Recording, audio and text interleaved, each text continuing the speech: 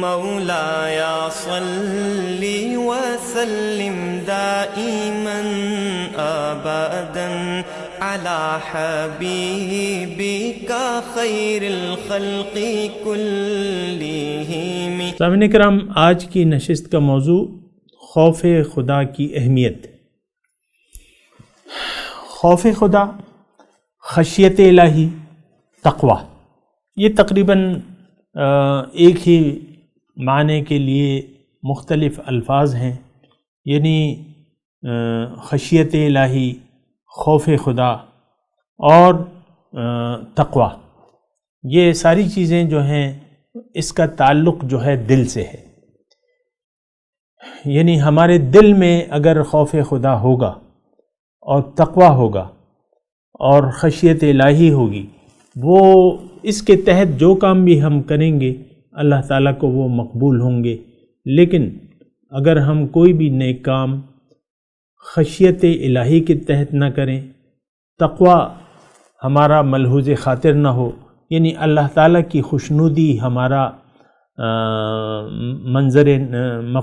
مقصد نظر نہ ہو، تو ہر وہ کام جس کی نیت اللہ کی رضا نہیں ہے تو وہ کام جو ہے نامراد ہوتا ہے اور اس کا کوئی فائدہ نہیں ہوتا، ہر نیک کام۔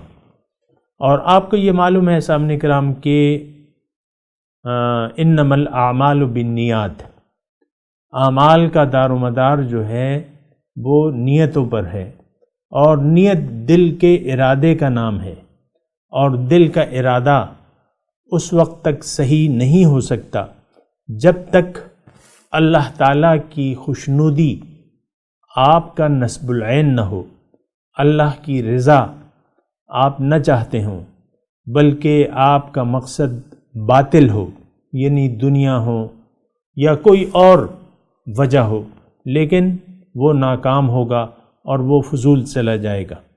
تو خوف خدا آج ہمارا موضوع ہے سامعین کرام کہ اس کی اہمیت کیا ہے۔ دیکھیں، اس کی بہت بڑی اہمیت ہے۔ اصل چیز تو خشیت الہی ہے، اور قرآن میں اس کے متعلق بہت تفصیل سے بیان کیا گیا ہے۔ انما تنذر من اتبع الذکر وخشی الرحمن بالغیب، کہ آپ تو نصیحت فرما سکتے ہیں، انذار کر سکتے ہیں صرف اس شخص کو جو نصیحت کا اتباع کرے اور اللہ سے بن دیکھے ڈرے۔ ان الذین یخشون ربهم بالغیب لہم مغفرۃ واجر کبیر، بے شک وہ لوگ جو ڈرتے ہیں اپنے رب سے بن دیکھے، ان کے لیے اجر ہے اور بخشش ہے، بہت بڑی بخشش ہے۔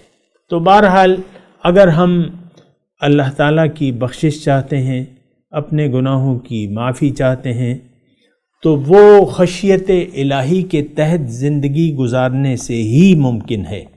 اگر اللہ تعالیٰ کی ناراضگی کا آپ کو خوف نہ ہو، اللہ تعالیٰ کے عذاب سے آپ ڈرتے نہ ہوں، تو تمام نیک کام پھر بیکار ہو جاتے ہیں، کیونکہ اس میں پھر ریاکاری شامل ہو جاتی ہے، اور ہر ریاکاری والا کام جو ہے وہ شرک ہے، چاہے وہ جتنا بھی بظاہر نیک ہی کیوں نہ ہو۔ اللہ کے رسول فرماتے ہیں من صلی یرائی فقد اشرکا، من صام یرائی فقد اشرکا، من تصدق یرائی فقد اشرکا۔ جس نے نماز پڑھی ریاکاری کے لیے، دکھلاوے کے لیے، اس نے شرک کیا۔ روزہ دکھلاوے کا شرک ہے، صدقہ دکھلاوے کا شرک ہے۔ ضرورت اس بات کی ہے سامعین کرام کہ خوف خدا کے تحت ہم اپنی زندگی گزاریں، اور یہ اس وقت تک ممکن نہیں ہے جب تک اللہ ہماری منزل نہ ہو جائے۔ اللہ کو منزل بنا کے قرآن کی ہدایت کے مطابق، رسول کے طریقے کے مطابق اور خوف خدا دل میں رکھتے ہوئے آپ جو بھی زندگی گزاریں گے، جو بھی اعمال کریں گے، اللہ کے دربار میں وہ انشاءاللہ قبولیت کا درجہ حاصل کر لیں گی۔ وما علینا الا البلاغ المبین۔ مولاي صل وسلم دائما أبدا على حبيبك خير الخلق كلهم